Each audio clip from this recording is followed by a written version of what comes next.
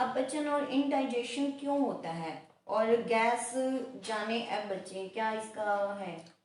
Indigestion का सबसे पहले कारण है जठराग्नि का कमजोर होना, यानी जठर की अग्नि।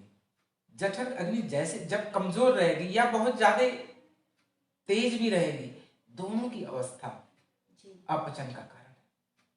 तो जठराग्नि को नियमित रखें, लीवर हेल्थ को अच्छा रखें, खाना समय से खाएं, अपचन होने से रोकें। क्योंकि मैं उदाहरण के रूप में समझाने का प्रयास करता हूं। हो सकता है वैष्णवी जी आपको भूख बहुत तेज लगती है, लेकिन कोई जरूरी नहीं, अगर आपने उस समय खाना नहीं खाया तो भी कहते हैं कि भूख खत्म सी हो गई और पेट में गैस। बिल्कुल ऐसा होता है। लेकिन कुछ लोग कहते हैं कि मुझे भूख ही नहीं लगती, फिर भी पेट भरा भरा पेट भरा रहता है। इन दोनों कारणों में अपचन तो है, लेकिन आपके कारण में, आप वाले लक्षणों में, मतलब जठराग्नि तेज है, उसको समय से उसको कुछ ना कुछ मिलना चाहिए, आहार के रूप में आहुति होनी चाहिए, यानी समय से कुछ खाना खा लेना चाहिए।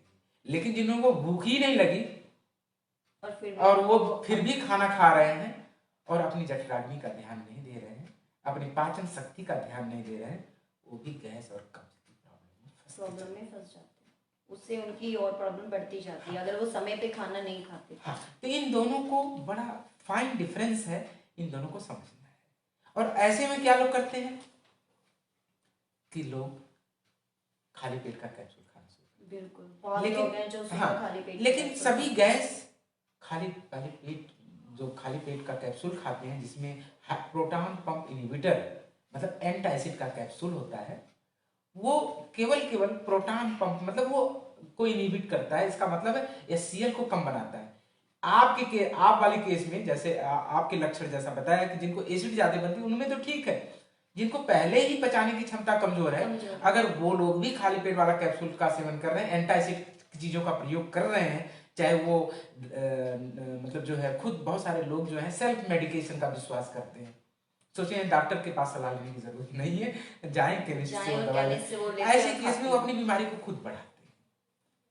तो मैं यहाँ पर लोगों को, दर्शकों को ये चीज साझा करने का प्रयास करूंगा कि अगर आपको गैस बन रही है लेकिन एसिड नहीं है तो एसिड वाला कैप्सूल खाने की जरूरत नहीं है, अन्यथा आप अपनी समस्या को बढ़ा रहे हो और धीरे धीरे ऐसी स्थिति पैदा होगी, क्योंकि अपचन का कारण टॉक्सिन है और टॉक्सिन शरीर में जब ज्यादा बनेगा, रुकेगा, तो बीमारियों से कोई रोक नहीं सकता है। बीमारी धीरे धीरे आपके शरीर को इतना कमजोर कर देगी कि धीरे धीरे आप ऐसी जटिलताओं में फंस जाएंगे, ऐसी कठिनताओं में फंस जाएंगे, निकलना मुश्किल हो जाएगा।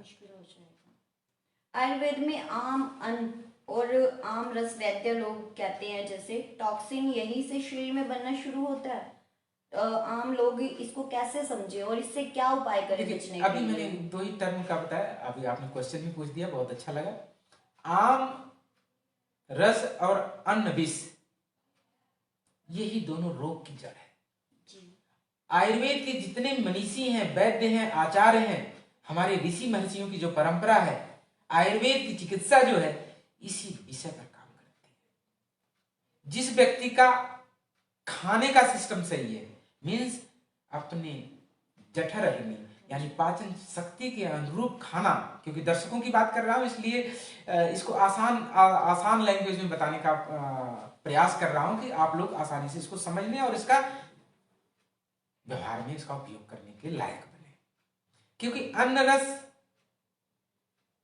अन्न इसलिए हमने खाया कि वो शरीर को पोषण दे, लेकिन गलती से जो हमने पोषण के लिए लिया हुआ आहार है, अपनी जठर अग्नि पचाने वाली क्षमता का जो है ध्यान नहीं देती हुई, या तो ज्यादा खा लिया या तो कम खा लिया, उस कारण जो है अन्न वही बिहेव कैसे करने लगता है, विष के रूप में बिहेव करता है। विष के रूप में कैसे बिहेव करता है? आंतों में जाकर कहीं ना कहीं, क्योंकि आंत बहुत लंबी है और उसके कहीं ना कहीं किसी न किसी एरिया में चिपक जाता है, तो वो विष का रूप लेता है और इरिटेशन पैदा करता है। और उस इरिटेशन की वजह से ये अगर लंबी समय तक की प्रक्रिया बनी रहती है तो कुछ लोगों को वोमिट हो जाती है, कुछ लोगों को इंडाइजेशन हो जाता है, लूज मोशन हो जाता है। नेचर खुद इन चीजों को मैनेज अपने लेवल पर करती है, लेकिन जो भाई बहन इस प्रक्रिया को अपने खान पान में नहीं सुधार करते हैं, फिर नेचर भी आपका सपोर्ट करना कम कर देती है।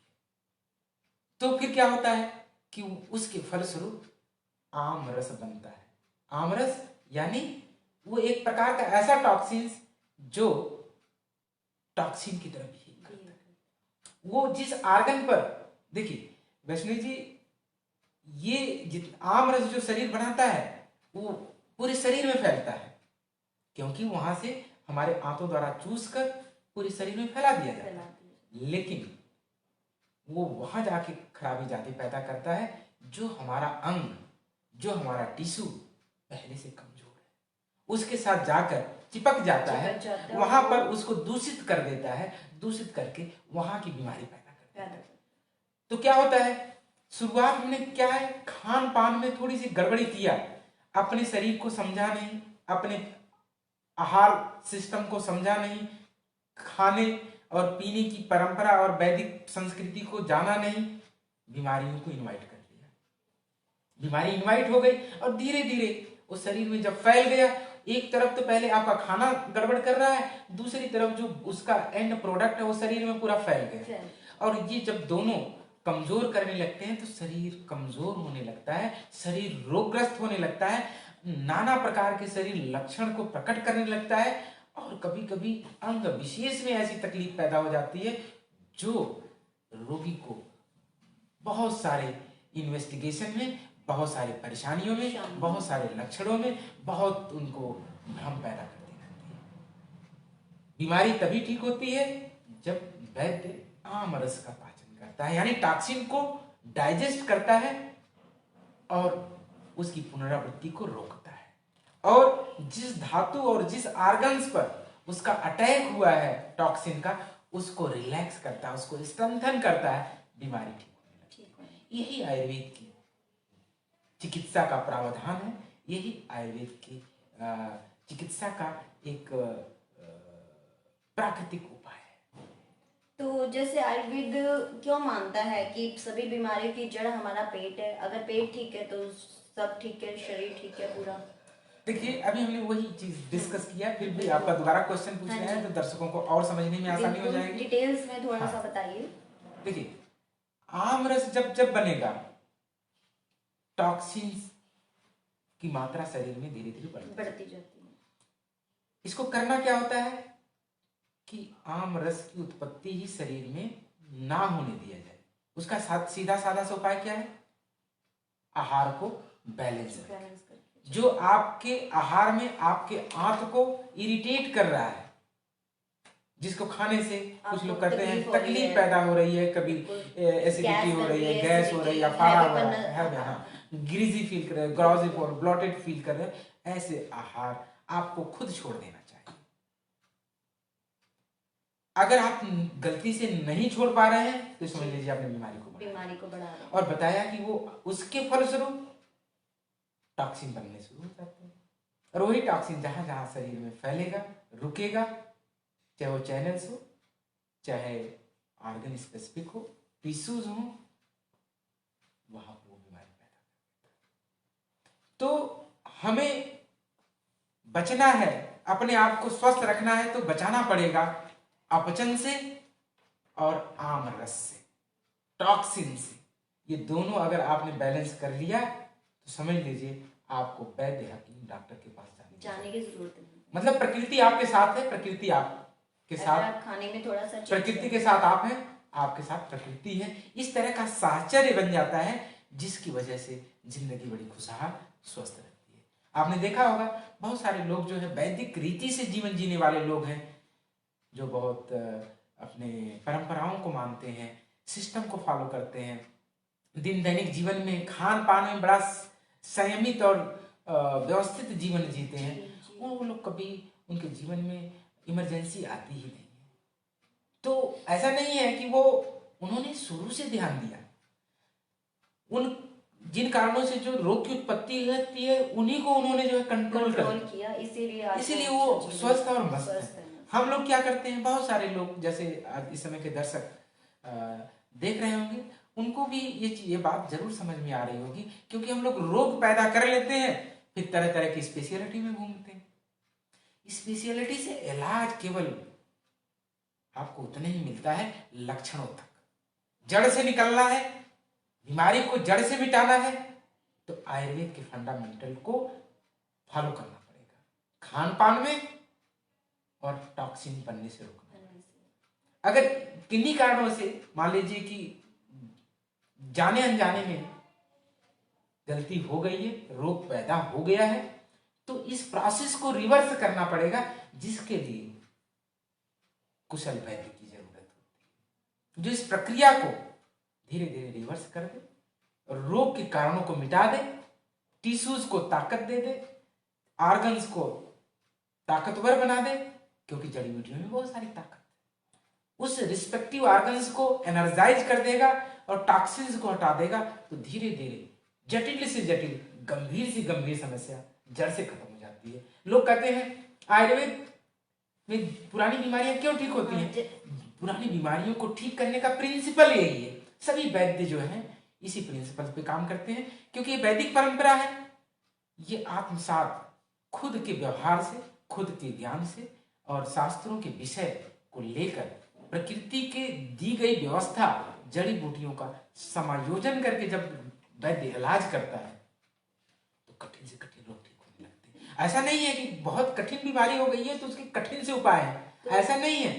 कठिन से कठिन बीमारियों का बड़ा सरल सा उपाय है, लेकिन लोग जल्दीबाजी में फंसे, मतलब जल्दी आराम चाहिए। और बीमारी अगर 10 वर्षों से पैदा आपने शरीर में कर रहे हो, उसको ठीक होने के लिए 10 महीने तो दो, वो 10 दिन भी देने के लिए तैयार नहीं होते हैं। इसलिए तरह तरह के एक्सपर्ट के पास घूमते हैं और लास्ट में उनके पास विषय आ जाता है कि मैंने तो इलाज बहुत किया, लेकिन बहुत सारे लोगों के पास गया, इसका तो कोई हल ही नहीं है।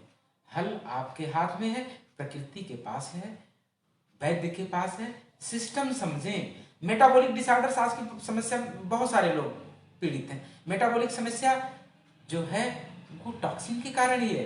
अगले एपिसोड में हम चर्चा करेंगे कि बहुत सारे, जैसे SLE हो गया, रिमेटॉइड आर्थराइटिस हो गया, और क्या बोलेंगे, स्क्लेरोसिस हो गई, मल्टीपल स्क्लेरोसिस हो गया, ऑटो इम्यून डिसऑर्डर्स हो गए, ऑटो इम्यून थायराइडाइटिस हो गई। कभी कभी किसी को देखेंगे कि किसी के जीवन में, किसी परिवार में किसी को शुगर, इंसुलिन वाला नहीं, इंसुलिन डिपेंडेंसी वाला शुगर नहीं, अचानक सा पैदा हो गया। ये सब जो है ऑटो इम्यून के कारण है। हमें चिकित्सा एक ही है, बताया कि वो टॉक्सिन जिस ऑर्गन पर, मान लीजिए कि वो टॉक्सिन जो आम रस बन रहा है, उसका खान पान, रेस्टिंग जो है, आर्स नहीं ठीक है, स्ट्रेस की लाइफ है, पैंक्रियाज पर उसने अटैक कर दिया, पैंक्रियाज के सेल को कमजोर कर दिया, बीटा सेल्स कमजोर हो जाएंगे, बीटा सेल्स ऑफ लाइंगरेंस कमजोर हो गए, धीरे धीरे वो शुगर का पेशेंट हो गया। लेकिन शुगर का पेशेंट, रीजन देखिए कि उसकी वंशावली में कोई नहीं है, उसकी मतलब पिडिग्री, जो उसके दादा परदादा, मतलब पेरेंट्स, उसमें कहीं किसी कालक्रम में किसी जो है ऐसा रोगी नहीं है, लेकिन अचानक कैसे पैदा हो गया? वो जेनेटिक डिफेक्ट नहीं हुआ। बिना जेनेटिक डिफेक्ट के भी इंसुलिन कभी कभी जो है किसी रोगी पर, मतलब पैंक्रियाज के सेल डैमेज हो जाने की वजह से हो जाता है। कारण कई भी हो सकते हैं, जैसे बहुत सारे लोग जो है अल्कोहल ज्यादा लेते हैं, जिसकी वजह से पैंक्रेटाइटिस हो जाता है।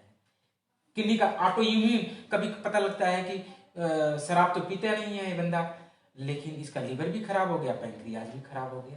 लेकिन ये लोग आश्चर्य करते हैं कि कारण तो था नहीं, ये तो सूफी संत था, कुछ खाता पीता नहीं था, ऐसा कैसे हो गया?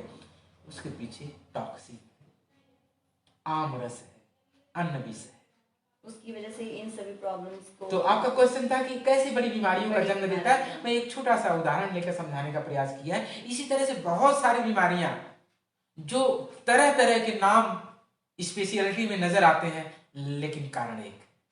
तो कारण का निवारण कीजिए दर्शकों, समाधान आपका आसान है। इसीलिए कहा जाता है प्रकृति ने आपको बेशुमार चीजें दिया है, बेशुमार व्यवस्था दिया है, बेशुमार हमारे वैदिक परंपराओं की जो संहिताएं हैं, ग्रंथ हैं, वेद हैं, योग महर्षि पतंजलि जैसे विद्वानों के जो विषय हैं, वो आपको जीवन में सुख पहुंचाने के लिए हैं, आपको अच्छा जीवन देने के लिए हैं, आपको अपनी विचारधाराओं को जोड़ने के लिए, आपको एक जो है सफल मनुष्य जिंदगी जीने के लिए अवसर प्रदान किया। लेकिन हम लोग केवल एक मान लेते हैं कि ये एक किताब है, इसमें संस्कृत में लिखा हुआ है, इससे क्या मिलेगा, विज्ञान तो बहुत आगे निकल गया। मैं ये दर्शकों साझा करना चाहता हूँ, विज्ञान बहुत आगे जरूर निकल गया, एक शोध का विषय है, लेकिन हर चीज आज भी अपूर्ण है। लेकिन वैदिक रीति में आज भी हर चीज उतना ही पूर्ण है जितना पहले पूर्ण थी। तो ये समझ लीजिए, संसाधनों और विज्ञान के विकास के बाद भी जीवन में संवाद और अभाव क्यों? तो विज्ञान ने इतना विकसित कर लिया, तो दुख क्यों इतना है? दुख इतना होना ही नहीं चाहिए। इसका मतलब है कि हम कहीं न कहीं अभी विज्ञान में बहुत पीछे हैं।